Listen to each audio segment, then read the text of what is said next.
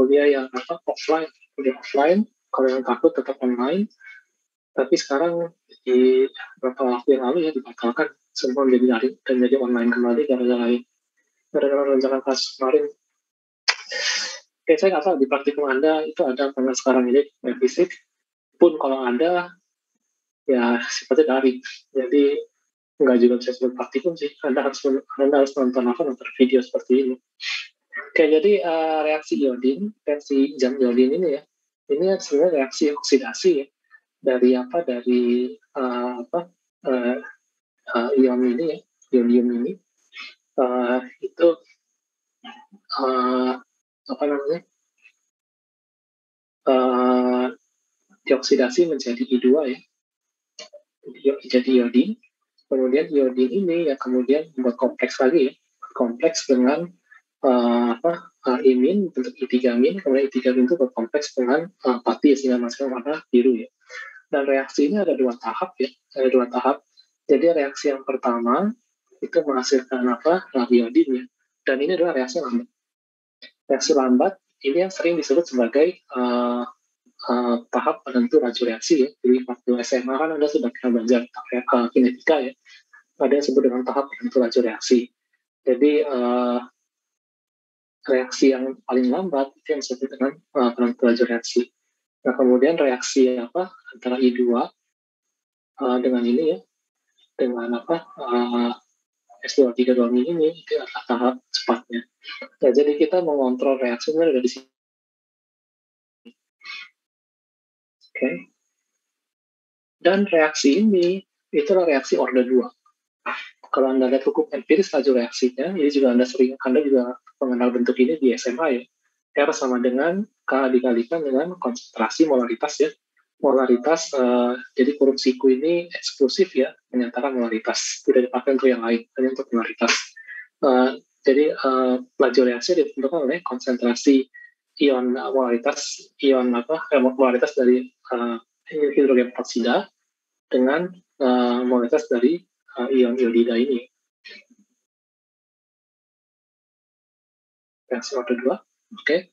Nah, kemudian ada satu kelas lagi yang lebih membingungkan saintis ya. Walaupun kita berusaha untuk membuat model ya, sebenarnya jawaban dari reaksi ini belum sepenuhnya established menurut saya. Jadi reaksi kimia osilasi. Nah, ini bisa diperoleh salah satunya ya, yang paling terkenal itu adalah peroksida ditambah dengan potasium iodat ya, potasium iodat, asam sulfat ya, kemudian dengan malonat, kemudian dengan sulfat dan lagi-lagi pati ya. Jadi patinya itu berfungsi untuk menangkap ini kompleks iodium untuk menghasilkan warna biru. Nah di sini bentuk reaksinya seperti ini kira-kira. Ini disebut dengan ini Briggs-Rosher. Saya nggak tahu cara spellingnya, Briggs-Rosher atau gimana. Nah, jadi kita coba lihat ini ya. Jadi ketika semua elemen itu dicampurkan, ini bukan ini nggak replay ya. Ini satu lurus maksud satu kejadian lurus nggak ada replay.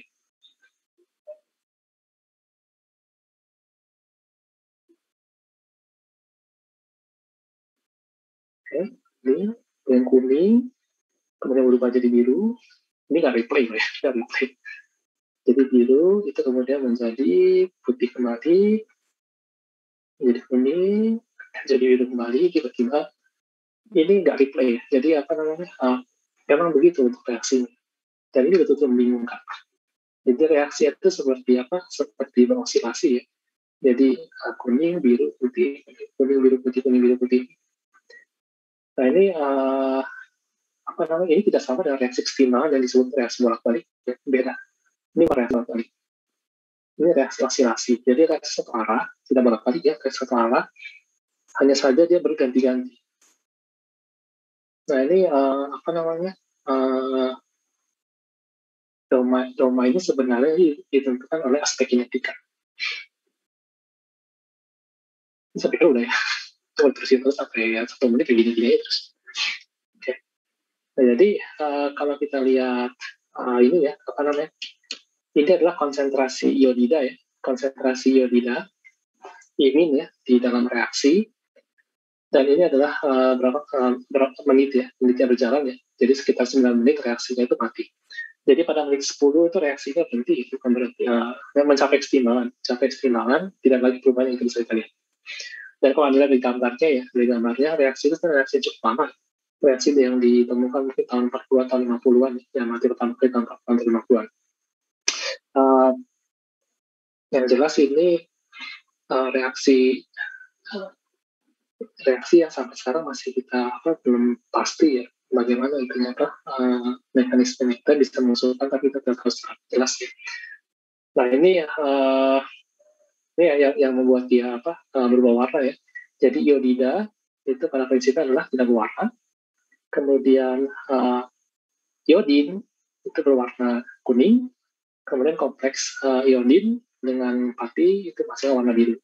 Nah kalau kita amati iodida ya, konsentrasi iodida itu dengan berjalannya waktu itu dia naik turun.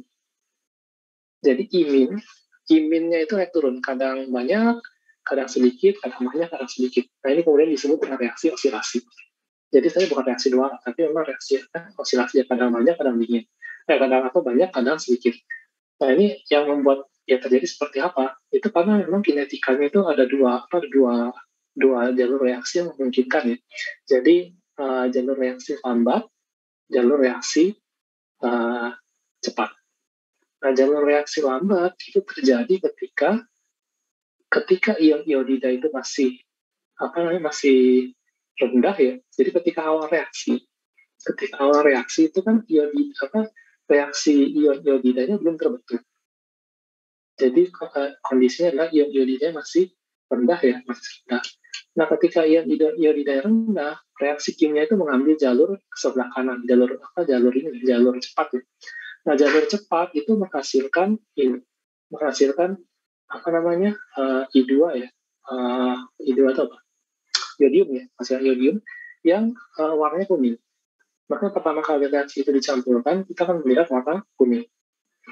Nah, seiring dengan berjalannya waktu, konsentrasi iodida ini itu menjadi meningkat karena diproduksi.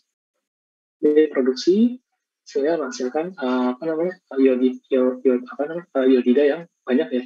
Nah, ketika iodida itu tinggi, reaksi itu cenderung mengambil yang jalur kiri, yaitu jalur mekanisme yang cepat. Jalur cepat ini kemudian menghasilkan ini ya, I2 dengan imin bersamaan ya. I2 itu adalah imin, sehingga kemudian kompleks I3-min itu terbentuk. Kompleks I3-min terbentuk dengan adanya pati tadi, starch ya. Maka larutan itu berubah menjadi warna biru. Nah, tapi seiring dengan I2 ini kemudian dikomplekskan, seiring dengan iodida ini dikomplekskan oleh I2, maka konsentrasi imin itu akan turun lagi. Ketika konsentrasi imin turun, maka dia akan mengambil jalur reaksi sebelah kanan. Nah, seperti ini ya. Jadi reaksi ini itu ya, ada dua jalur ya, jadi dia bisa memilih kanan ke kiri tergantung dari kondisi konsentrasi iodida di dalam larutan. Itu yang menyebabkan dia ke warna kuning atau warna biru. Itu. Jadi ini yang menentukan ya nantinya. Oke. Tapi ini sebatas pengetahuan aja karena ini kompleks ya. Studi mengenai reaksi oksidasi ini kompleks. Oke. Dan reaksi kimia itu tidak harus selalu cepat ya. Reaksi kimia juga ada yang lambat. Dan tidak selalu reaksi kimia cepat itu diharapkan. Kadang-kadang reaksi kimia yang lambat juga diharapkan. Contohnya seperti ini. Ini reaksi yang menghasilkan ini emisi cahaya pada sinar tampak atau disebut dengan fluorescence. Nah, reaksi fluorescence ini menghasilkan cahaya, menghasilkan radiasi ya. Dan kita berharap ya reaksi ini berlangsung lambat. Karena kalau misalkan reaksi ini berlangsung cepat, artinya cahaya langsung hilang ya. Cuma nyala sebentar langsung hilang. Kita nggak bisa jual ini. Kita nggak bisa jual barang ini.